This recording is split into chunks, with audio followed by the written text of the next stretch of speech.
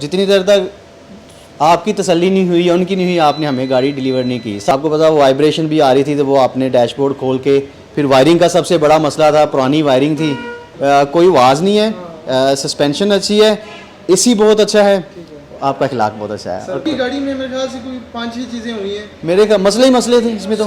जी तो अस्सलाम वालेकुम, उम्मीद करता हूँ आप सब लोग खैरियत से होंगे। Welcome back to another vlog. आप देख रहे हैं कार्स डॉकयार्ड। मेरा नाम है जी सैयद शहाब शाह।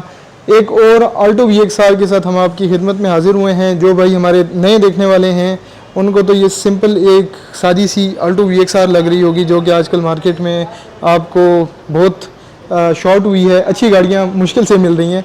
बहरहाल उसकी जो मेन रीज़न है इसकी कन्वर्जन है, जो कि ये 1000 सीसी इसके अंदर जो पोटोहार का इंजन आ रहा था वो अब क्योंकि आउटडेटेड हो चुका है। आपको पेट्रोल एवरेज वो शुरू से ही नहीं देता। इवन कि जब ये गाड़ी नहीं आई थी तो भी आपको पेट्रोल एवरेज नहीं देती थी। तो हमने इसका हल निकाला था पिछले कुछ 3-4 साल पहले कि भाई इसको हम 660 सीसी में कन्वर्ट करें। तो अब चूँकि 4-5 साल गुजर चुके हैं, मैंने आपको कल बताया था कि हमारी 600 गाड़ियाँ अल्हम्दुलिल्लाह हमने कन्वर्ट कर दी हैं। और ये 601 601 जो है ये उसके बाद 600 के बाद पहली गाड़ी है। ठीक है। सो इसको भी हमने कन्वर्ट किया है मैनुअल से ऑटोमेटिक में, 660 सीसी में, 1000 सीसी से कार्बोरेटर से EFI में। ठीक है। और इससे फ़ायदे जो हैं वो 4-5 हो जाते हैं। आपको मेंटेनेंस इजी हो जाती है, लाइट वेट इंजन है, सस्पेंशन आपकी लॉन्ग लास्टिंग हो जाती है। ठीक है। उसके बाद पेट्रोल की एवरेज ऑब्वियसली बहुत अच्छी हो जाती है आपकी। वो अगर पुराना इंजन आपको 11-12 या हार्डली 13-14 तक भी देता है, 15 तक भी देता है, तो ये आपको विद इन सिटी 18 to 20 देगा इंशाल्लाह, और लॉन्ग पे 20+ देगा। तो ये फ़ायदा बहुत है इसका। बाकी हर एक चीज़ EFI हो जाती है, चेक लाइट्स, हर एक चीज़ इजीली मेंटेनेबल है। ठीक है। सो ये सारे फ़ायदे हैं। गाड़ी मैनुअल से ऑटोमेटिक, सबसे बड़ी बात यह है क्योंकि आजकल बहुत ज़्यादा रश हो गया, तो मैनुअल से ऑटोमेटिक हो जाती है और आप ऑटोमेटिक गाड़ी इजीली चला सकते हैं। तो हाँ, अगर कोई बंदा कहता है यार मैंने ऑटोमेटिक नहीं चलानी, मैनुअल चलानी है, तो उसका भी हमारे पास हल है। मैनुअल 660 सीसी करवाएं, उसकी फ्यूल इकॉनमी और भी मज़ीद बेहतर हो जाती है। ठीक है। वो जो क्लेम्स आ रही हैं वो तकरीबन ऑलमोस्ट 22 से लेकर 25 तक हैं मैनुअल ट्रांसमिशन के अंदर। सो ये सीन है सारा। तो बिना टाइम वेस्ट किए मैं आपको इसका इंजन भी दिखाता हूँ, अंदर से दिखाता हूँ गाड़ी, इसके ऊपर टोटल कॉस्ट क्या आई है गाड़ी के ऊपर और क्या कुछ हुआ है, वो सारी चीज़ें मैं आप लोगों से शेयर करूँगा इंशाल्लाह। ठीक है। और अच्छा, ये जनाब अली गाड़ी का आ गया है इंजन बे, और इसमें हमने जनाब इंजन स्वैप किया है 660 सीसी का, जो कि 14 मॉडल का इंजन है। ठीक है।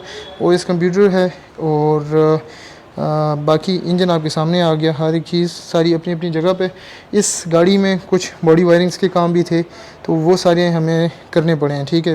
बॉडी जो वायरिंग थी काफ़ी लूज़ थी और कमज़ोर थी, तो कुछ जगहों पे तो आलमोस्ट बहुत सारे जुगाड़ लगे हुए थे, लेकिन वो सारी चीज़ें हमने रैप अप करके बिल्कुल साफ़ सुथरी वायरिंग बिल्कुल ओके कर दी। अभी आप देख रहे होंगे इंजन बे में किसी किस्म की आपको कहीं मैस क्रिएट हुई नहीं नज़र आएगी। हर एक चीज़ अपनी अपनी जगह पर है। ठीक है। ये गाड़ी का रेडिएटर आ गया, बैटरी।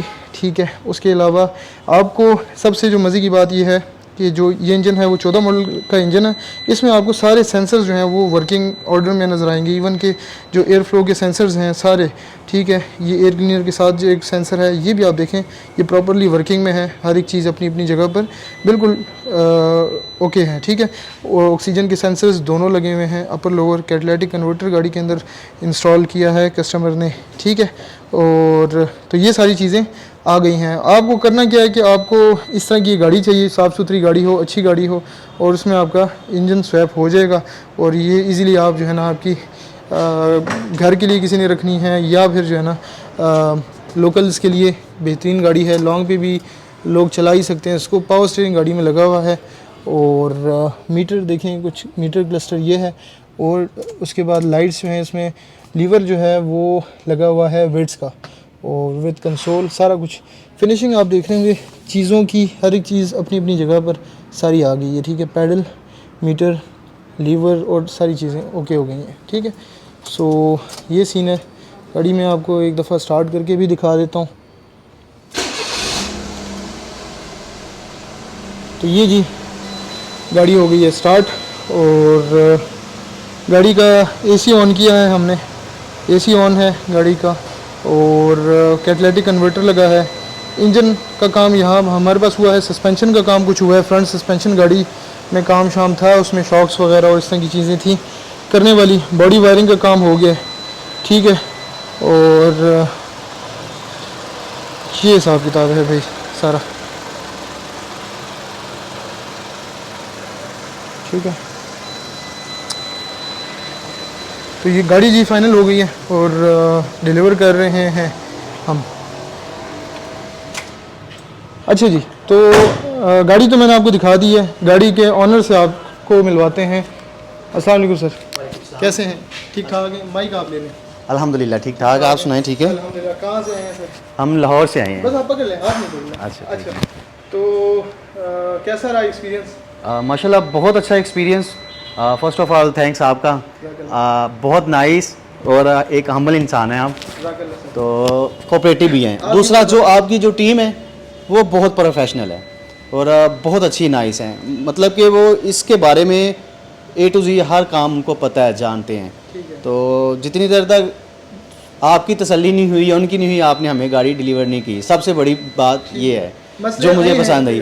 यानी कि डेफिनेटली अब मेरी सस्पेंशन का मसला था, तो वो आपने कहा कि ये ठीक होगा तो फिर मज़ा आएगा ना, तो वो आपने इसको सब कुछ ठीक किया है। इंजन माशाल्लाह अच्छा इंस्टॉल हुआ है। आपको पता वो वाइब्रेशन भी आ रही थी, तो वो आपने डैशबोर्ड खोल के, फिर वायरिंग का सबसे बड़ा मसला था, पुरानी वायरिंग थी, कुछ तारें जली हुई थी, कुछ जुगाड़ लगाए हुए थे पुराने, वो भी सारी क्लीन की, साफ की। मैं अक्सर वीडियोस में बताता रहता हूं, वो सारे तजुर्बे आपकी गाड़ी के साथ। हाँ बिल्कुल, वो सारे मेरी गाड़ी के साथ सारे तजुर्बे हुए हैं और माशाल्लाह अब ऐसे हो गई है जैसे मैं ब्रांड न्यू लेके आया हूँ।